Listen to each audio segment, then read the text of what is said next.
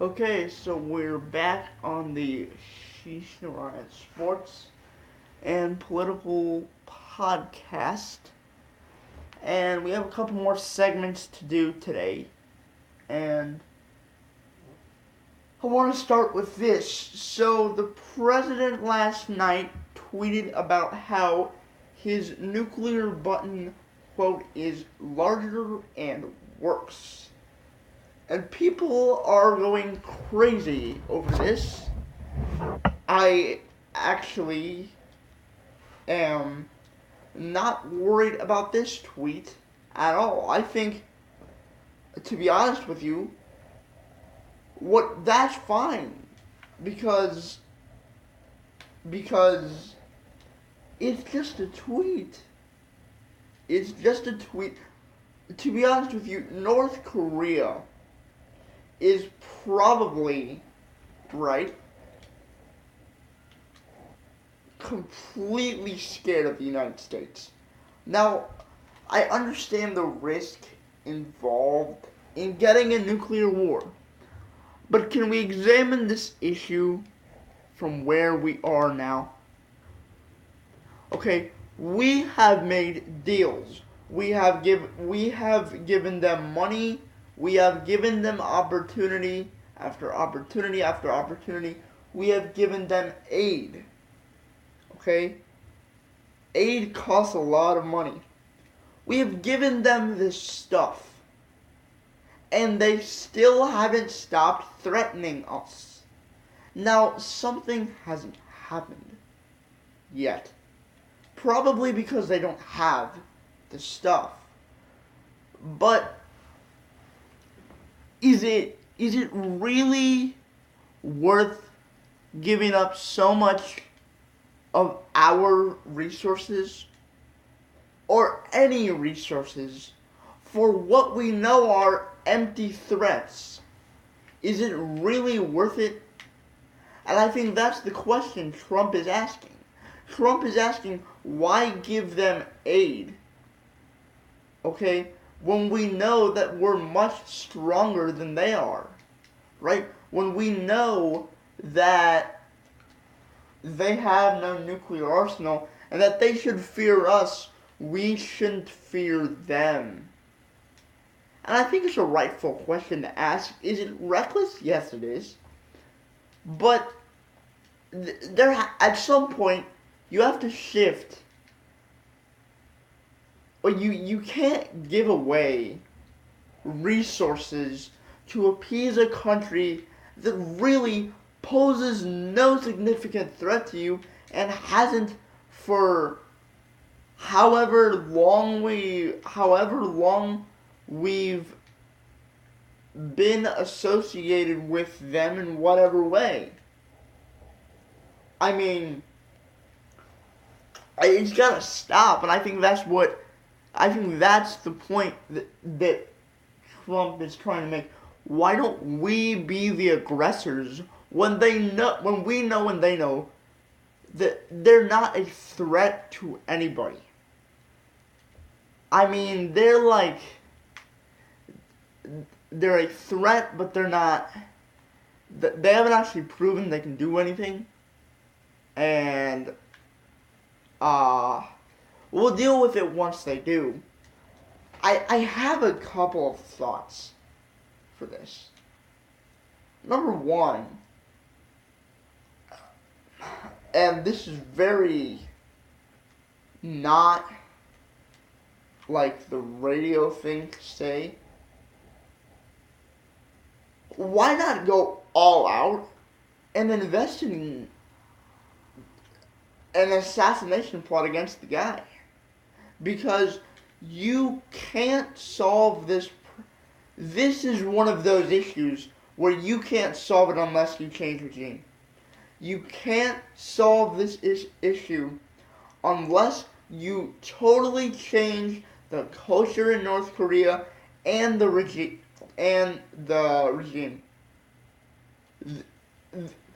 This is where Bush Politics 101 should have been applied, because it would have worked then, and it would have worked in that place. It didn't work in Iraq. It would have worked there.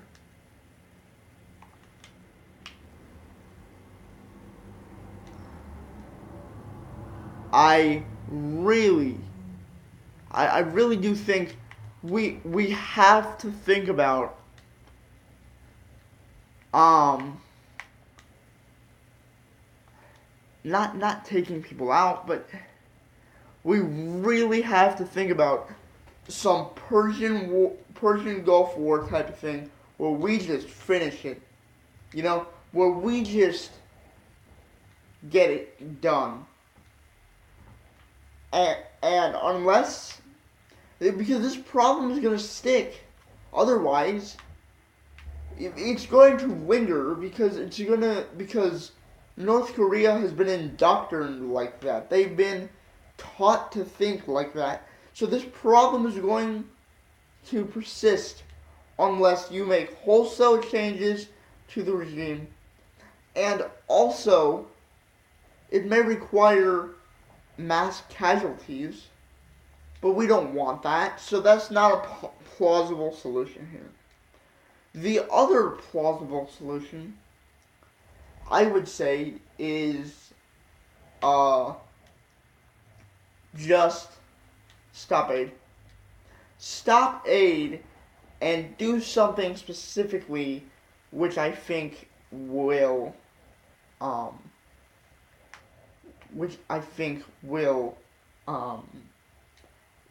help your cause. Right? I think that you need a rebellion from the North Korean people in order for this to substantiate at all. And what you need to do is, see, it's very difficult for me at this point because how do you make them unbrainwashed, right? How do you make them understand this isn't the way that it's supposed to go? You really don't. And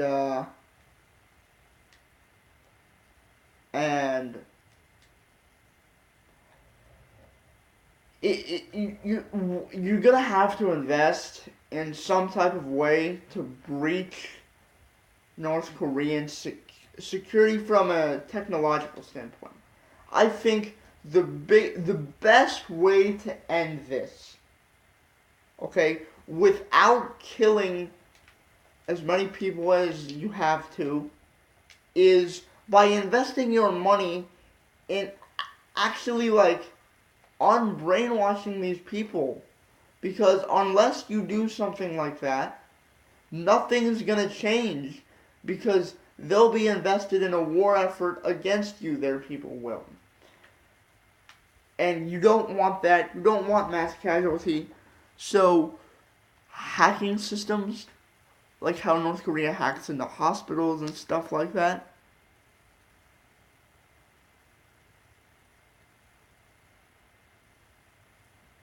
yeah, I think that's the best way to go. But I don't know how that would be administered. Very interesting problem. As far as the tweet goes, hilarious tweet. I don't think it has any impact. I think, though, that the real threat is that we have to make sure, more importantly, I don't think by themselves they'll be able to figure out how to make nuclear weapons. I really don't think that, because it's so isolated. But its potential, its allies, China, Russia to an extent, Iran, do. And that's the major issue. I think the two major issues here are, I think there are three major issues. Number one, stopping aid. Number two, making sure that North Korea doesn't get any information from these your usual adversaries and their somewhat allies. And also um, and also that you kind of push forth the efforts of making the state normalized, and if you're gonna invest in something, invest in that. But that'd be very difficult to administer. I think the first two things are reasonable things to do, diplomatic things to do, and plausible things to do, which can help alleviate this issue in a reasonable way, right?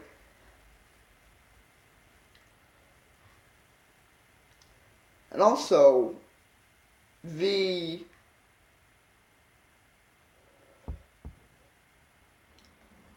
excavation or the ordering of excavation from of nuclear reserves from North Korea. I think that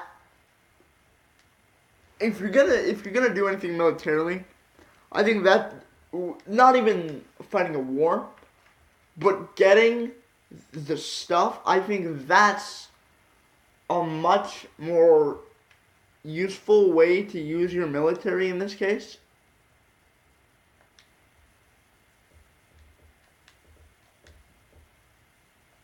And I think I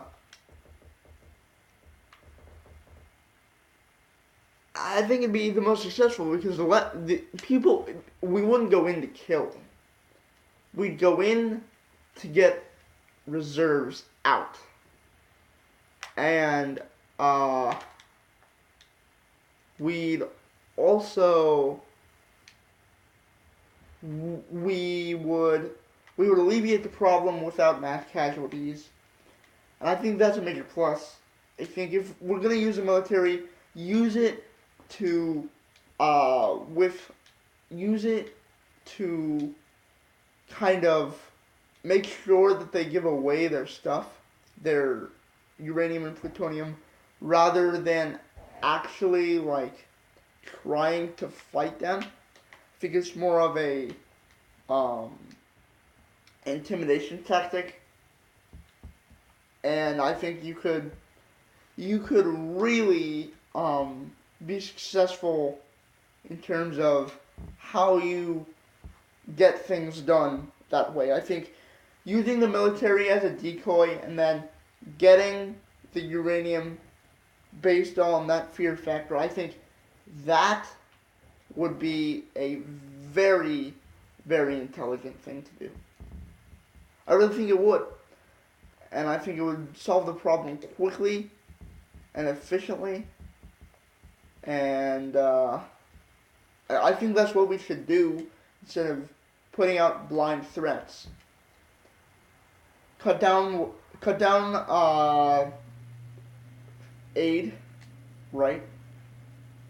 And invest in military force, not to fight or to demolish the country, but just to get rid of the ingredients needed to make nuclear weapons. We already know their ICBMs fail. We have systems to prevent those from actually hitting U.S. territory. I'm not aware that we have that for nuclear weapons. I think this is the most efficient and quickest way to get those reserves out of North Korea without people getting killed and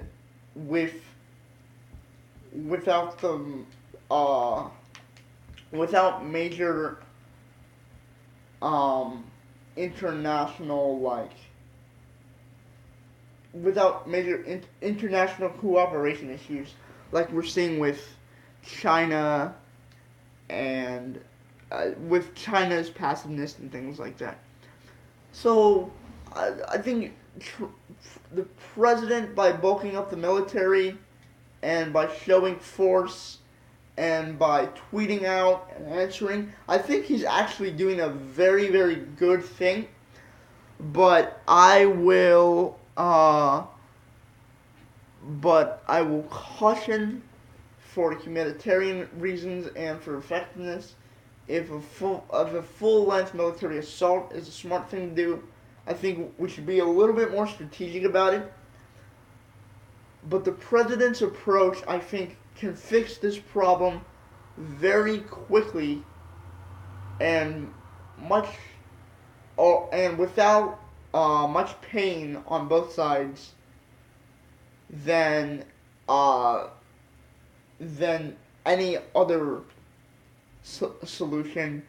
And I think the president's going towards the right step because we can't keep running under this threat, especially when people are saying they're only 5 years away from this weapon and we're still giving them aid and trying to appease them. I don't think that's a smart thing to do, and I really, really do think that the president is, by showing peace through strength, is on the right track here, and I think we will see a quick solution to the issue as a result.